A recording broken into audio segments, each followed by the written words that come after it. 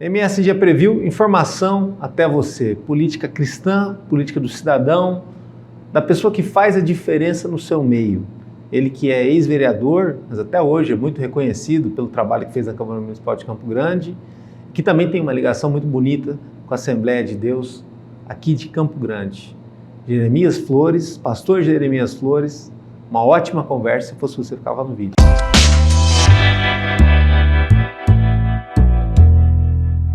Pastor, obrigado, grande amigo, que a gente acabou se aproximando naquela período de 2020, já na pandemia, né? Eu estava num jornal aqui de Campo Grande e a gente fez um documentário sobre a tua vida, a tua trajetória. E quanto mais eu conhecia, mais eu gostava, por conta da simplicidade que o senhor tem, que a tua família tem, né? E a tua forma de ver a política como algo para servir, né? Para poder atender as pessoas, na maior essência do que é a política cristã, né? Que é a defesa da família, defender a comunidade, mas com os valores de Deus, com os valores, os bons valores, né? Coisa que a gente está precisando no nosso Brasil, né? Está um momento tão conturbado, acho que se não levar uma palavra de paz, de conforto, vai ficar todo mundo perdido e aí não é o caminho, né? O pastor tem essa responsabilidade também, né? Com certeza. Você carrega esse peso aí de ser o pastor. Pesa muito isso aí sobre nossos ombros, né? Com certeza. Até hoje o senhor é reconhecido também como vereador, né? Sim. Pelo fato de ter sido um vereador que marcou também. Como foi essa tua experiência na Câmara, assim? Como que você avalia hoje, olhando de fora, esse teu momento como vereador? O senhor que é um cara que não passou tanto tempo lá na casa de leis, né? Mas que deixou sua marca e que até hoje é muito bem lembrado, né? Como que foi para ti essa vivência no Legislativo? Bom, pessoal, é uma honra, Danilo, poder retornar aqui em dia e dizer que a experiência de estar vereador, que você está, né? Você é diplomado, tudo, foi muito válida, né? Não tenho dúvida do que eu sempre disse, que foi Deus que me colocou ali, até porque eu nunca tinha disputado nenhuma eleição, a primeira que disputamos, chegamos com uma votação expressiva, fizemos aquilo que acreditamos que é os bons princípios, na defesa da família, defesa da boa ordem, né? Como diz a nossa bandeira, ordem e progresso, e estávamos sempre entre os 5 vereadores mais atuantes de Campo Grande, ouvindo a sociedade, estando presente. E por uma questão até, eu digo, soberana vontade de Deus, nós tomamos algumas decisões. Em 2020 disputamos a eleição, que seria a reeleição, eu presidi um partido, viemos com a chapa majoritária, né? Bem, na verdade, perdemos a eleição. Na época foi o ex-governador, o grande governador Reinaldo Azambuja, né? Que se uniu com o ex-prefeito Marquinhos Tradi, os dois se uniram e eu com a cabeça de enfrentar as duas máquinas, né? Mas assim mesmo ficamos em segundo lugar, na majoritária, né? Foi muito turbulenta a eleição. Foi, porque era uma eleição no meio de pandemia também, né? Pandemia, houve questionamento do nosso candidato na época, né? Porém, nós temos a plena certeza que cumprimos o nosso papel, né? Teve 15 candidaturas e eu cuidei muito, por ser presidente do partido, eu cuidei mais da executiva, não cuidei muito da minha, e não chegamos novamente ao parlamento, só que temos um respeito muito grande. Pastor, o fato de ter tido essa preocupação, vamos botar assim, mais sistêmica, mais estratégica com a candidatura, te atrapalhou um pouquinho a cuidar da sua candidatura a vereador naquela época? Certeza, porque você tinha que cuidar de tudo, né? Tudo, e era bem da verdade, recurso pequeno, recurso pequeno. Nós abrimos mão do fundo eleitoral, era o único fundo que o partido tinha, não tinha fundo partidário, né? Houve uma conivência, né, da equipe principal, no meu caso, o presidente do partido, o candidato à majoritária, e abrimos mão. Foi uma loucura, não fazemos mais isso, né? Até porque o fundo eleitoral tira a competitividade, né? Tira totalmente. Nós não conseguimos nutrir a chapa, chegamos ainda assim mesmo, não tivemos um litro de combustível para dar para o nosso candidato. Isso aí para mim foi muito decepcionante na questão de depois repensar, né? Assim mesmo fizemos quase 9 mil votos, só que não alcançamos, né, para fazer pelo menos um. Mas foi muito boa disputa, como diz, cabeça erguida. No outro dia reuni a equipe, conversamos e continuo fazendo política, né?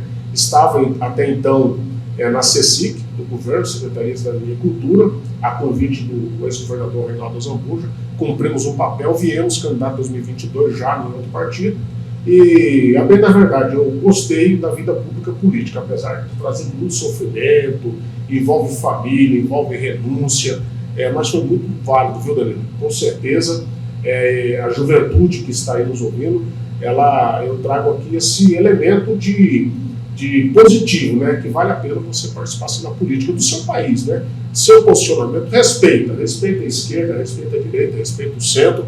Acredito que o respeito é a ferramenta fundamental da discussão das políticas públicas. Pastor, e nessa seara, nessa aventura de se tornar político, né? O senhor já tinha suas responsabilidades com relação à igreja, que eram muitas, né? Que é evangelizar, cuidar de missões, conversar com as pessoas, cuidar das famílias e tal.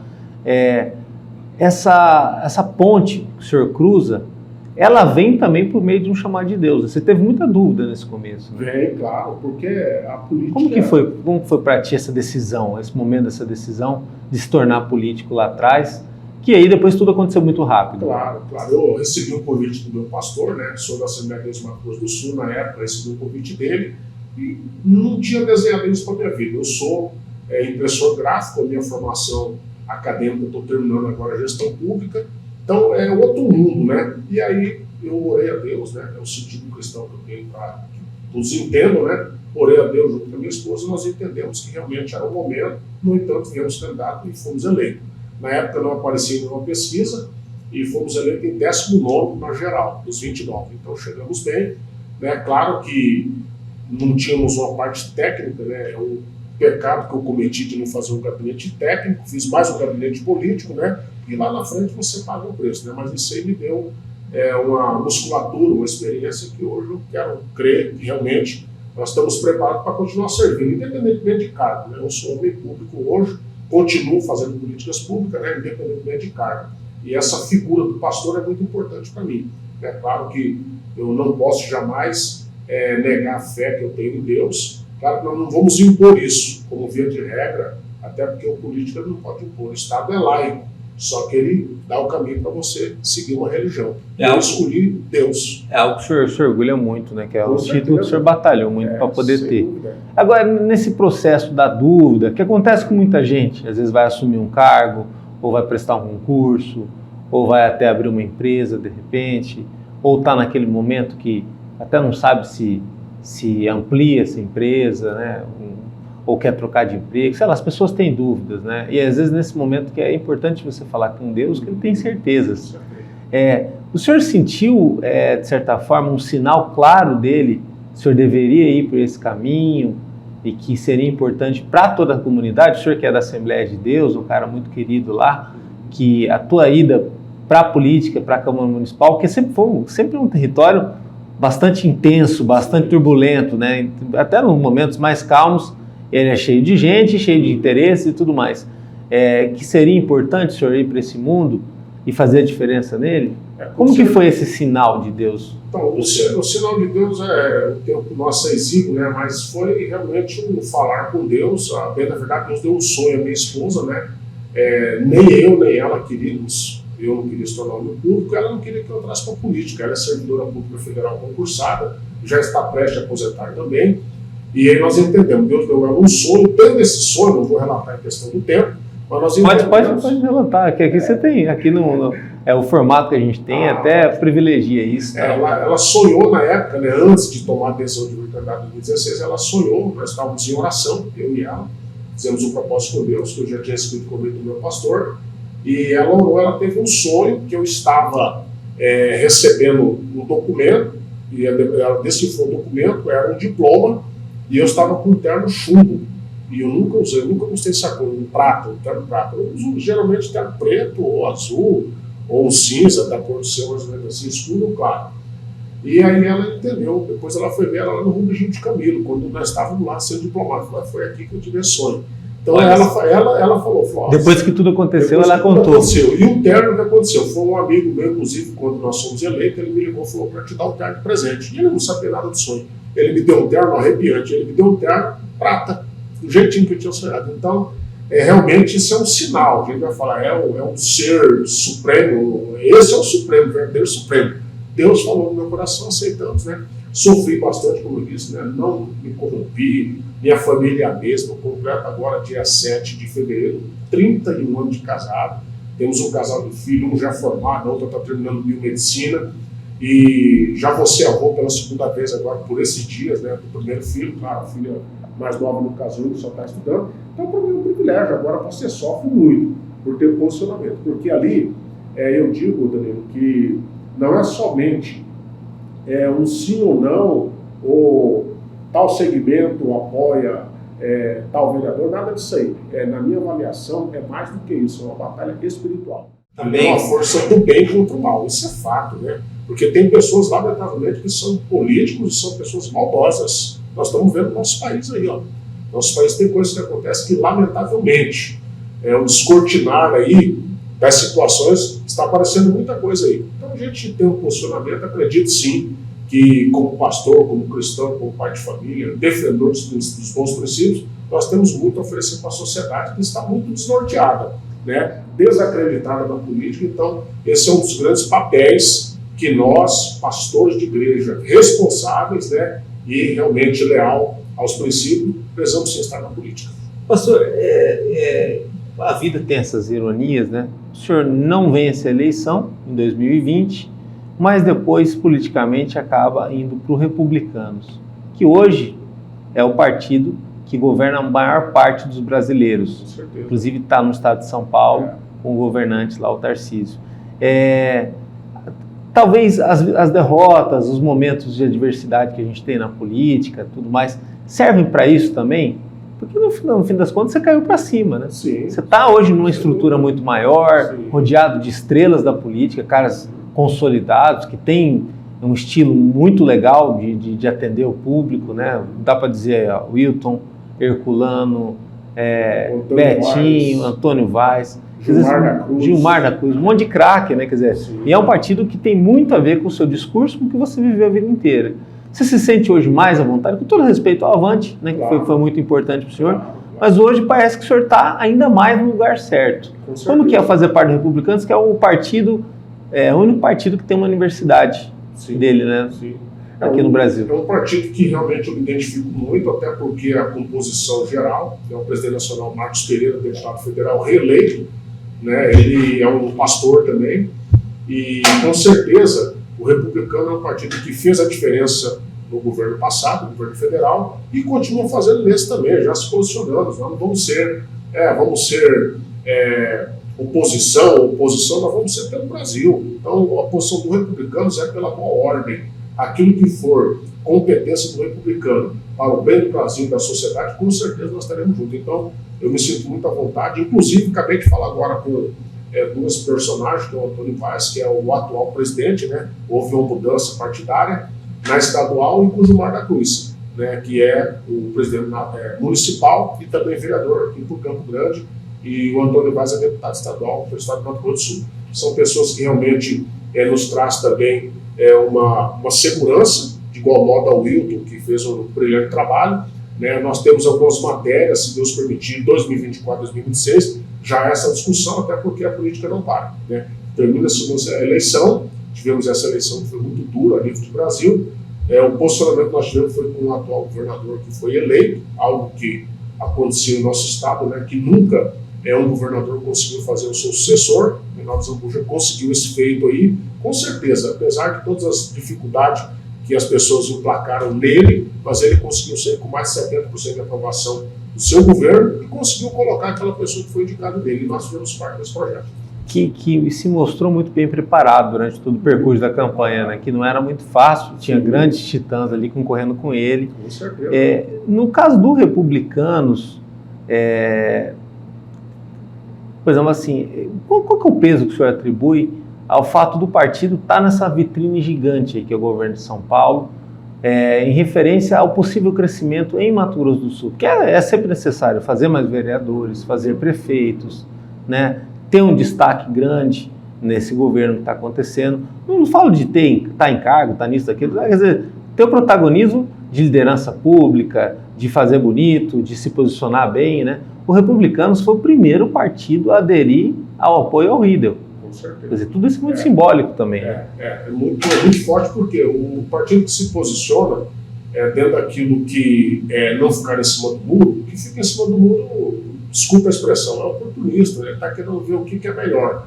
O Republicano se posicionou, ainda que o nosso candidato e atual governador, que era aqui parabenizá-lo pela competência, um grande técnico, né? E mostrou que saiu de praticamente 3, 4%, né? E as pesquisas, bem da verdade, elas não davam esse aval das duas candidaturas, né? Eduardo Rigo, o nosso adversário do PRTB, né? Eram os outros dois, né? Mas a bem da verdade, os dois não foram, política muito dinâmica, né? E o nosso candidato se sobressaiu, né? A bem da verdade, foi um momento muito gratificante para o republicano fazer parte dessa história do Mato Grosso do Sul. O senhor fala da perspectiva que seria lá no começo, fosse na Bolsa de Apostas, era Marquinhos e André no segundo turno. Exatamente. E acabou indo Contar, muito com o apoio do Bolsonaro. Sim. Também, e o Riedel com a construção também, sim, praticamente diária de crescimento da campanha, que é muito difícil. Muito difícil, com todo respeito ao adversário nosso, que foi o capitão Contar, mas falar de preparo para ser governador do estado do Mato Grosso do Sul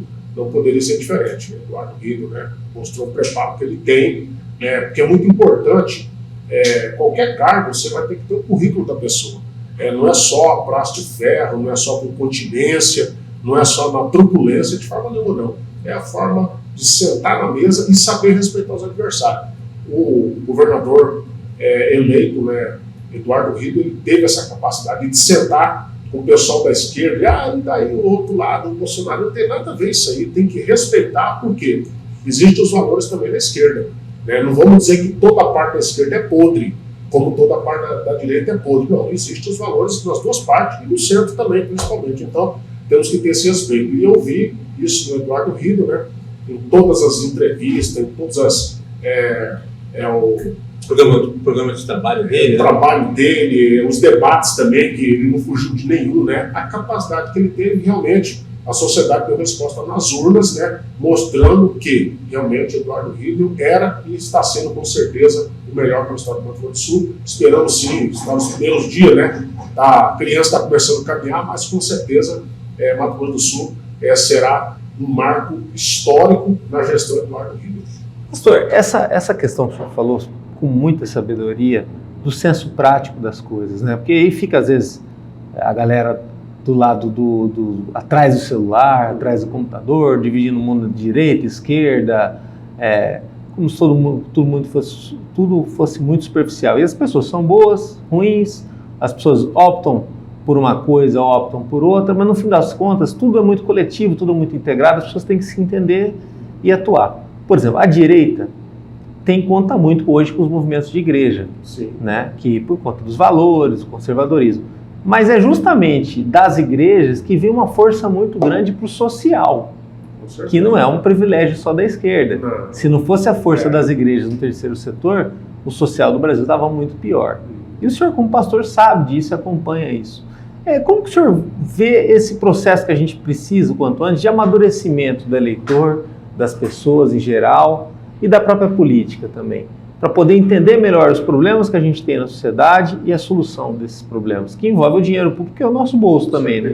O nosso bolso, ele o maior contribuinte somos nós, né? Não é A, B, C, não, todos são contribuintes, e por isso nós temos que ser rigorosos na questão da cobrança.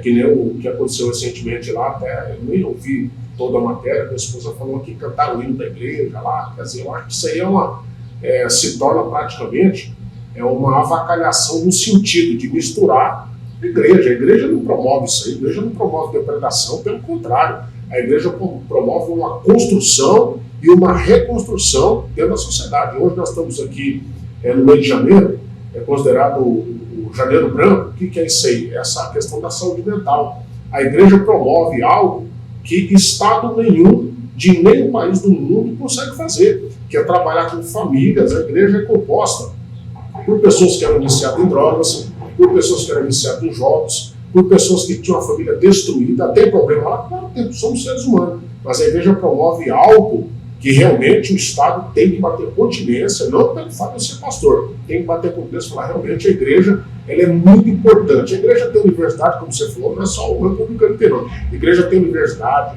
a igreja tem promotores de justiça, a igreja é uma composição fantástica, ela contribui muito bem para a sociedade, do modo geral. Esse quesito que você tinha abordado inicialmente, vamos recapitular aqui. Da questão da sabedoria, de uma conscientização maior das pessoas, do cidadão, sim, com relação à política, né? Assim, entender os problemas e buscar a solução dos problemas, em vez de ficar brigando por ideologia, pelas coisas. Não é o caminho. Não é o caminho. O que eu vejo hoje com essa polarização que teve no nosso país? Nós temos que cobrar de quem? Cobrar do Congresso Nacional. Querer, por exemplo, eu vou cobrar do deputado federal que eu votei, do senador da senadora que eu votei, no caso, da senadora que eu votei, né? As pautas que defendem a família, que defendem o interesse público, eu vou cobrar. Não adianta quebrar nada, gente. Quebrar patrimônio público ou privado é crime. E com certeza os cristãos não são criminosos. Tá? Se algum se envolve nisso aí, ele está realmente fazendo um disfarce cristão. O verdadeiro cristão não faz isso. É a mesma situação de Nero. Nero, ele colocou fogo em Roma e colocou fogo nos cristãos. Né?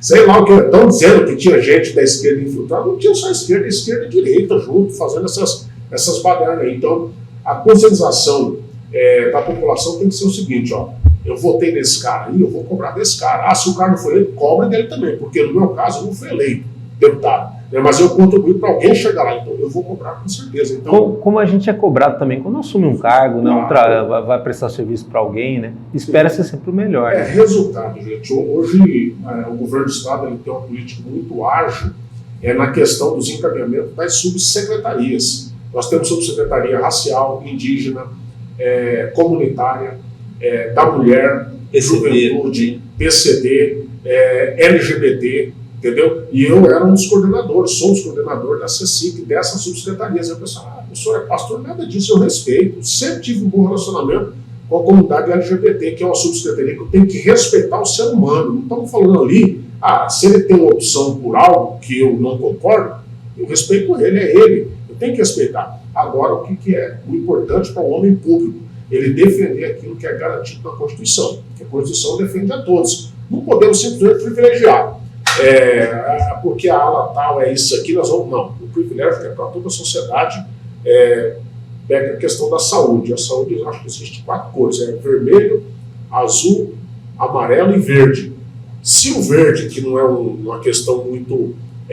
cômica para se atender, está lá aguardando, chegou o vermelho, ele vai entrar, que é uma questão de vida, não podemos privilegiar. Então, acredito sim que a sociedade tem que cobrar, né? Não vote por favor, se eu vou votar porque eu recebi um favor, a gente sabe que tem isso aí, compra de voto, é desnecessário falar que é real isso aí, a gente sentiu isso aí, eu estive viajando no ano passado, no estado é uma vergonha, a gente ainda vê algumas situações desse porte aí. Eu dou graças a Deus, tenho minha consciência tranquila que todos os votos que eu tive em todas as eleições que eu participei foi voto de pessoas que acreditam em mim. Não chegamos, Deus sabe todas as coisas, mas eu continuo sendo um homem público. Eu vou falar também de uma outra situação muito legal também, do prédio da Assembleia de Deus, que fica na Afonso Pena, que foi cartão postal já de Campo Grande, numa época ali onde rodoviária também era um cartão postal, né? E bonito e super importante para a cidade, que passou por uma revitalização recente também. Qual que é a importância disso e o reflexo também que a igreja espera a partir disso, né, de poder acomodar melhor, né, as pessoas, isso num pós-pandemia, né? Sim. Que é fundamental trazer de novo todo mundo para dentro da palavra, né? Sim, enaltecer aqui, né, o nosso pastor presidente, o pastor Eliel Alencar, e seu filho, que é o pastor Felipe Alencar, presidente executivo, né, que foi o que idealizou. Né? Hoje o nosso templo teve um investimento, vamos dizer, gasto de cerca de 3 milhões de reais, né, tudo patrocinado pelos membros da igreja, fazendo pastelada, fazendo cachorro-quente, ofertando. Esse é o trabalho que a gente vê que funciona também. Então a máquina pública é semelhante. Tem o recurso, vai funcionar. Foi uma reforma fantástica, né? Eu não tenho muito a linguagem técnica que foi feita ali, mas foi realmente volta a ser um cartão postal, dentro da modernidade, ar-condicionado, poltronas almofadadas, foi coisa fantástica mesmo, né? Quero aqui enaltecer a nossa administração, faço parte dessa igreja, né, com muito, a gente fala muito orgulho, você com muita satisfação, acho que é o linguajar mais orgulho, não é orgulho não, satisfação, né, com a minha família, e realmente hoje nós estamos vivendo um bom momento, né, a acolhida dos membros. Na realidade começamos durante a pandemia essa reforma, né, que não teve um entrave, né, os membros continuaram fiéis, né, ofertando, dizimando, e aí é o resultado. Fazemos também trabalho missionário em outros países, né, países que é muito fechado para o cristianismo, nós estamos lá fazendo. Então a igreja promove um grande trabalho além das fronteiras. E Jeremias, para muita gente que não sabe, mora nas Moreninhas, morou na mesma casa, mesmo quando se tornou vereador, que é muito perto, não tão pertinho, porque lá é tudo meio longe, né, os acessos não são muito fáceis, da onde o senhor trabalhou numa gráfica.